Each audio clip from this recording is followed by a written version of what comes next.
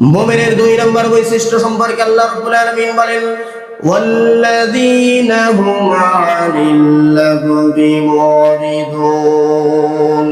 আল্লাহ পাক রব্বুল আলামিন বলেন, এই পৃথিবীর বুকে যারা প্রকৃত মুমিন হবে, সফল মুমিন হবে, তাদের দুই নম্বর বৈশিষ্ট্য হবে তারা সব ধরনের অনর্থক কথা এবং কাজ থেকে বিরত থাকবে।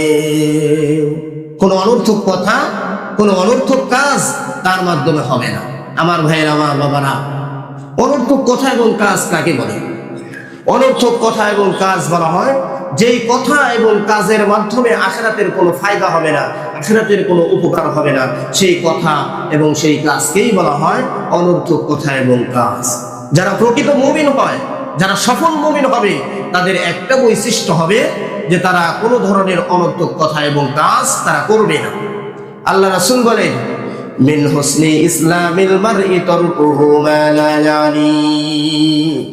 সুন্দর মুসলমানের জন্য, প্রকৃত মুসলমানের জন্য, সফল মুসলমানের জন্য উচিত হলো সে ব্যক্তি অনর্থক কথাও বলবে না, সে ব্যক্তি অনর্থক কোনো কাজ করবে না। তাহলে এটা হচ্ছে মুমিনের দুই নম্বর বৈশিষ্ট্য। এটা থেকে আমরা কিভাবে বিরত থাকব? অনর্থক কথা এবং কাজ থেকে আমরা এখন কিভাবে বিরত থাকব?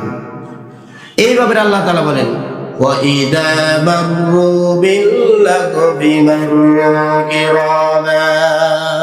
যারা সফল মুমিন হবে তারা যেখানে অনর্থক কথা হবে, অনর্থক কাজ হবে, সেখানে তারা থাকবে না, সেখানে পাশ কেটে সেখান থেকে তারা দূরে সরে চলে যাবে। আল্লাহর প্রকৃত বান্দা, রহমানের প্রকৃত বান্দা যারা, তারা অনর্থক কথাও বলবে না, অনর্থক কাজও করবে না।